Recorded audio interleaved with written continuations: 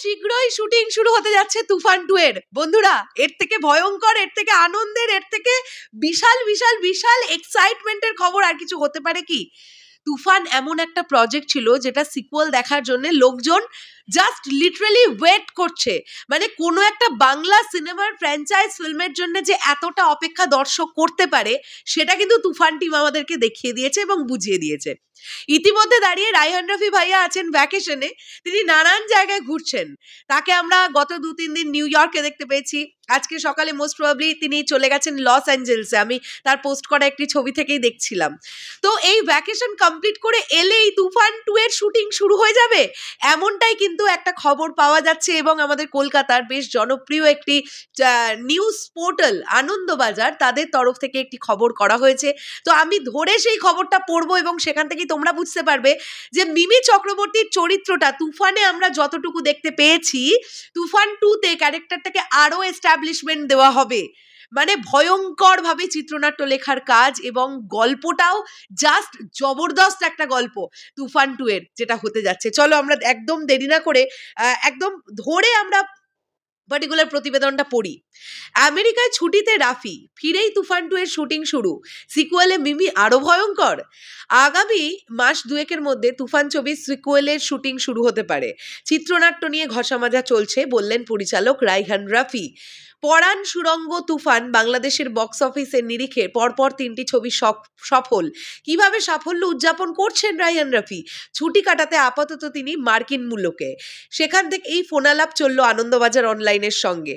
কথার শুরুতেই লাজক গলায় বললেন, অনেক পরিশ্রম গিয়েছে, 2 দেশ মিলিয়ে শুটিং, তারপর 2 দেশ মিলিয়ে প্রচার, দর্শকেরা মুখ ফেরাননি, 2 বাংলা বিদেশ সব মিলিয়ে ছবি সফল। এবার একটু বিশ্রামের প্রয়োজন, না হলে পরের ছবিতে মন দিতে পারবো না। ছবির শেষে সিকুয়েলের কথা প্রকাশ করা হয়েছে। দেশে ফিরেই কি সেই ছবিতে প্রথমে হাত রাখবেন? পরিচালকের জবাব, আপাতত তেমনই ভাবনা রয়েছে। সেই অনুযায়ী সিকুয়েলের চিত্রনাট্য নিয়ে ঘষামাজা চলছে। এবার আরও বড় করে ফিরবে তুফান ছবি, তবে সবটাই জানাবে 2 বাংলার প্রযোজনা সংস্থা। আগের ছবির প্রায় প্রত্যেক অভিনেতাই থাকবেন ফ্র্যাঞ্চাইজিতে, বক্তব্যে সায় দিয়েছেন তিনি। এও জানিয়েছেন টলিউডের আরও প্রথম সারির তারকারা থাকতে পারেন এই ছবিতে। আর মিমি চক্রবর্তী, তাকে যে কলকাতার দর্শকেরা আরেকটু বেশিক্ষণ পর্দায় দেখতে চায়।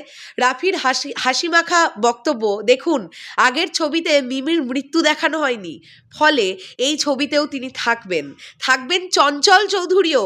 মিমির বিষয়টি আমাদের মাথায় আছে, দেখা যাক। ছবির যে সিকুয়েল হচ্ছে এ কথা শুক্রবার নিজের ইনস্টাগ্রামে ভাগ করে নিয়েছেন মিমি। ছবির সাফল্যে তিনিও ছুটির মেজাজে। অভিনেত্রী পাড়ি দিয়েছেন উত্তরবঙ্গের জলপাইগুড়িতে, সেই ছবিও ভাগ করে নিয়েছেন সমাজ মাধ্যমে। ছবিতে পাহাড়ের আবছা আবাস, নিজের মতো করে ঘুরে বেড়ানোর পাশাপাশি দিদির মেয়ের জন্মদিনের উদযাপনে মেতেছেন নায়িকা। মজার কথা, কেক কাটার সময় বাড়ির সকলে একসঙ্গে গেয়ে উঠেছেন নায়িকার সদ্য মুক্তি পাওয়া তুফান ছবির জনপ্রিয় গান দুষ্টু কোকিল।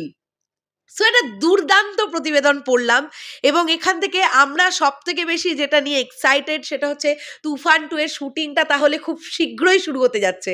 এবং রায়হান রাফি ভাইয়া এর আগেও বাংলাদেশে দেওয়া 2-একটা ইন্টারভিউ সেশনে তিনি বলেছেন যে 2025-এর কোনো একটা ঈদে কিন্তু তুফান 2 চলে আসবে। এবার সেটা রোজার ঈদ নাকি কুরবানি ঈদ সেটা আমরা জানি না, তবে এটা আমরা জানি যে রায়হান রাফি ভাইয়া কিন্তু প্রচণ্ড ভালোভাবে প্রি প্রোডাকশন করেন, যে কারণের জন্যে তিনি ফ্লোরে গেলে ছবি নামাতে বেশি সময় লাগে না। এখন এটাই দেখার যে তুফান 1টা এত সাকসেসফুল হয়েছে যে অলরেডি তুফান 2 এর চিত্রনাট্য নিয়ে ঘষামাজাও শুরু করে দিয়েছেন, আরও কতটা ভালো করা যায়, আরও কিভাবে ভালো করা যায়। তো আমরা অবশ্যই আশাবাদী যে তুফানই 100 কোটির ক্লাবে পৌঁছে যাক, আর তুফান 100 কোটির ক্লাবে পৌঁছে গেলে তুফান 2 যেন 150 কোটির ক্লাবে পৌঁছে যায়, এটা আমাদের আশা থাকবে। যাই হোক, শেষ করলাম ভিডিওটা। পুরো বিষয়টাকে নিয়ে তোমাদের কি বক্তব্য অবশ্যই কমেন্ট করে জানিও। আসছি আবার খুব শীঘ্রই নতুন কোনো ভিডিও নিয়ে। তাহলে এখনের জন্যে টাটা।